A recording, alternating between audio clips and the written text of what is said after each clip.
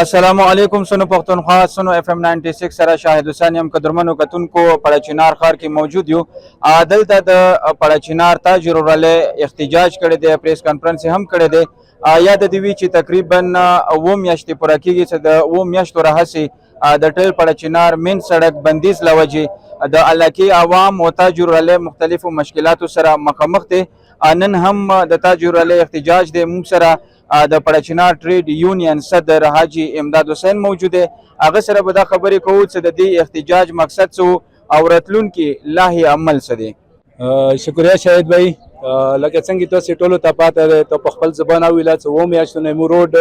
باندې او دیږي کې خوراکي مواد شدت سکلات میډیسن نشته فیول نشته سکول بچي ته کتابونه نشته او روډ د کولو کې اټول کورمې ایجنسی والا کورمې ضلع ته د کولو کې روډ دا د عوام قانوني آئینی حق دی چې روډ د ګورنمنت د عوام پر محفوظ کولو کې نو که ګورنمنت دغه پالیسي وي چې د کومې معاهدې قوم سره کړي هغه پسې د دکاندار د تاجر ورورولۍ والا کوم زحمات دي تکلیفات دي دا ورسې تړي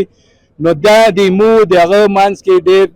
فرق دی ویلې قوم فیصلې قوم کوي مو دکاندار یو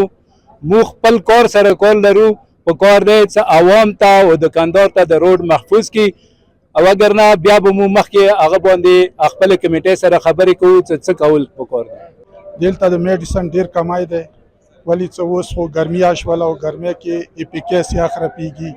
او دا په روډو ویلوړ دي بیخي هر پرېږدي نه ویلې دي ته ټمپریچر ضرورت دی او ټمپریچر یې څه هغه شي های شي هغه میډیسن خرابېږي او په کار د حکومت ته څه میډیسن د هرې طریقې سره وباسي ویلې چې هغه کې ویکسین دی هغه د وړو بچیو انجکشن وغیره دی انټي بایوټیک دی. ډېرو ذمهدارو سیټونه دا بیان ورکولی شي چې روډ کلاو دی لکه وزیر اعلی به ته وښیم کې پکې لکه هغه یې چې روډ کلاو دی بالکل دا درویر دی روډ نه دی کلاو دی برعکس مو ته مطلب کنویر کوي 20-25 دن باندې مو ته کنویر وکړي مو ته وایي چې تاسو ګوډې ډاکوئ ګوډې ورنې ډاکي چې کله مطلب چې ګوډې ډاکو هغه یو کریډبل شي یو چې کله سبزي راشي تاسو ته ټولې دنیا ته پاته دی چې هغه نن سبا ورځې کې خرابېږي نو هغه کې تقریبا 75% مو سبزي ډیمیج شي 25% مو ته راورسېږي هغه خپله کرایه نه پوره کوي. قدرمنو کتونکو تاسو د پړچینار ټریډ یونین صدر حاجی امداد حسین خبرې واورېدې د دوی وینا مطابق دغه روډ تر څو پورې چې کلاو نه وي کړی شوی د دوی کوم لاهي عمل دی څو ورځو کې به هغه